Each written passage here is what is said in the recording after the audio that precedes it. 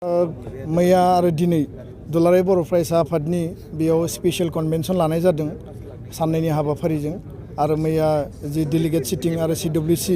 बे जुथुम्मानि गेजेरजों जि जिरायनाय बे हाबाफारियाव दुलाराय बर' फरायसा आफादनि इयुन हाबाफारिनि सायाव जों गोथौयै सावरायदों, गुवारै सावरायदों। जिहेतु दुलाराय बर' फरायसा आफाद NDFBनि मोनब्रै हानजा UBPOनि दैदेननायाव नाजानायाव दुलाराय बर' फरायसा आफादनि मानगोनां आफादगिरि प्रमद बर'नि दैदेननायाव आरो NDFBनि रन्जन दैमारि, गबिन्द बसुमतारी, धीरेन बर' आरो बि सावरायग्रानि दैदेननायाव मोनसे गोजोन मोनसे बर' गोरोबथा, जारिमिनारि गोरोबथा जानानै थांबाय। बे गोरोबथानि उनाव इयुन थासारि, इयुन जि स्ट्रेटेजि बा परिकल्पनाखौ जाफुंसार जाहोनायनि थाखाय गोरोबथानि मोनफ्रोमबो दफाफोरखौ साक्सेसफुल मावफुंनांगौनि थाखाय जोङो बेयाव बिथं भाबै बा गुवारै गोथौयै जों सावरायदों आरो बेयाव जोङो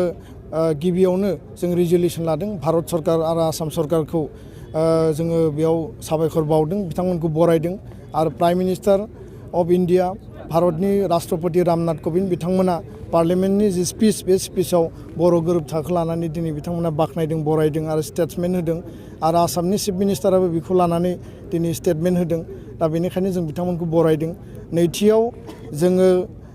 दुलाराय बर' फरायसा आफादा जिहेतु जोङो राजखान्थियारि दाबि आलादा रायजो बड'लेण्डखौ लानानै जों दाबि होबाय थादोंमोन आरो बे सोमावसारनायखौ राजा लामा, रेल लामा आरो गोबां लेभेलाव जों खालामदों आरो बे जि सोमावसारनाय दुलाराय बर' फरायसा आफादनि जि गणतान्त्रिक राजा रेल लामायाव होबथानानै सोमावसारनाय बे सोमावसारनायखौ जों इनडिफिनिट पिरियडनि थाखाय जों सासपेनसन खालामबाय। जिहेतु मोनसे गोरोबथा जाबाय, बे गोरोबथायाव फैनाय मोनफ्रोमबो दफाफोरखौ जोङो मोजाङै मावफुंनांगौ आरो बिनि गेजेरजों जों सान्थि लाबोनांगौ, गोजोननि थासारिनि गेजेरजों जौगानाय लाबोनांगौ। बे गासैबो बाथ्राखौ नोजोर होनानै जों मोननाय गासैबो फसंथान, जों मोननाय जिखिनि पावार एन्ड फांसन, जिखिनि दफा, बे गासैखौबो जाहाथे जों मावफुंनानै लानो हायो। बेयाव लिरनाय जि कमिसन दङ, बे कमिसननि गेजेरजों माखासे गामिखौ दानख'नाय आरो माखासे गामिखौ सोसननाय, खोलाहानि गामि आरो सानजाहानि गामि BTADजों नांजाबनानै थानाय बे BTRआव जों सोसननायनि थाखाय हाबा मावनो थाखाय जोङो बेयाव गुवारै जों सावरायदों, स्पेसियेलि बिश्वनाथ आरो सनितपुर जिल्लानि बाथ्राखौ। आरो लोगोसेयैनो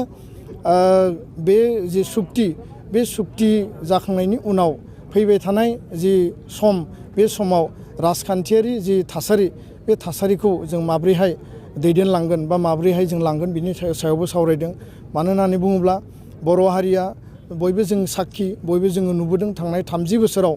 BAC सुक्ति जादों, BTC सुक्ति जादों आरो दिनै BTR सुक्ति। बे सुक्तिनि उनाव जाय सुक्ति सिगनेसार होयो, बै सिगनेसार होग्रा दैदेनगिरि आरो आफादफोरखौनो बर' रायजो राजाया सुक्तिखौ मावफुंनायनि सार्थआव सामलायनांगौ, दैदेननांगौ आरो मोनसे परिबर्तन लाबोनांगौ होननानै गोहो होबोदों आरो मेन्डेटखौ होबोदों। आरो दिनैबो जोङो रायजो राजानियाव दुलाराय बर' फरायसा आफादनि जानानै जों जदिव माहारियारि आफाद,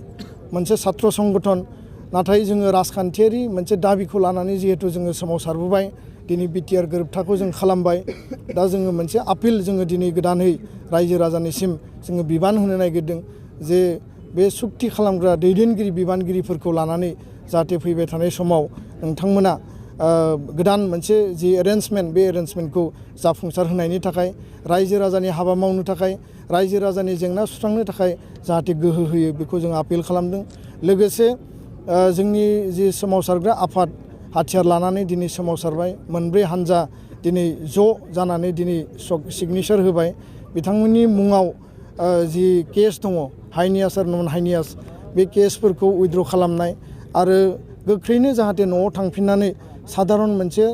जिउ खुंनो हायो, आलो गोजोनै रायजो जानो हायो, न'नि बिदा फंबाय बाय बाहागिजों थाफानो हायो, बे मोनसे थासारिखौ लाबोनो थाखाय बिथांमोननो सरकारा जि रिहेबिलिटेसन जि पेकेज फोसावदों बा बे जि पेकेज, बेयो सरकारनि मोनसे जि प्रसेसआव दंखायो, बेखौ गोख्रैनो होनांगौ आरो होनायनि गेजेरजों जाहाथे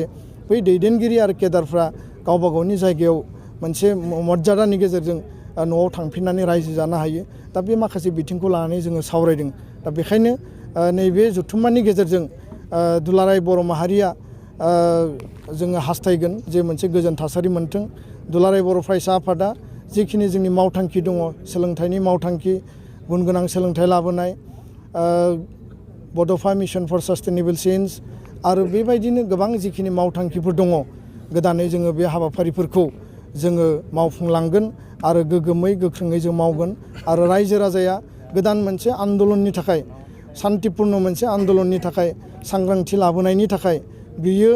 आलादा बड'लेण्डनि रायजो दाबिनानै राजा लामा रेल लामायाव आन्दलन नङा बर' हारि जौगानायनि बर' हारि गेरेमसा हारि दानायनि थाखाय बर' हारिखौ गासैबो बिथिङाव साखा फारा खालामनानै आखा फाखा हारि हिसाबै साग्रिद खालामनो हानाय मोनसे हारि हिसाबै जों जाहाथे गसंथानो हायो बेखौ दाफुंनायनि जि सोमावसारनाय जोङो जोंनि इन्टारनेल जोङो हाबा मावगोन बेयाव बयखौबो जाहाथे बाहागो लायो बेखौनो जोङो दुलाराय बर' फरायसा आफादनिफ्राय आपिल खालामबाय। उनाव नैबे गोजोन फोथार जि डेलिगेट सिटिं जादोंमोन बिनिफ्राय रेलि घग्रा चौकसिम थांगोन आरो बेयाव मोनसे पाब्लिक मिटिं जागोन आरो बे पाब्लिक मिटिङाव जोंनि दुलाराय बर' फरायसा आफादनि गासैबो दैदेनगिरि NDFBनि मोनब्रै हानजानि दैदेनगिरि बिथांमोना बेयाव बाहागो लागोन रायजो राजानो बिथांमोना एड्रेस खालामनानै बिबुंथि लाखिगोन गोरोबथानि सायाव आरो रायजो राजाया बिथांमोनखौ दिनै बरायनायनिबो हाबाफारि लादों दा बेखायनो बयखौबो बे हाबाफारियाव बाहागो लानो थाखाय आङो खावलायबाय।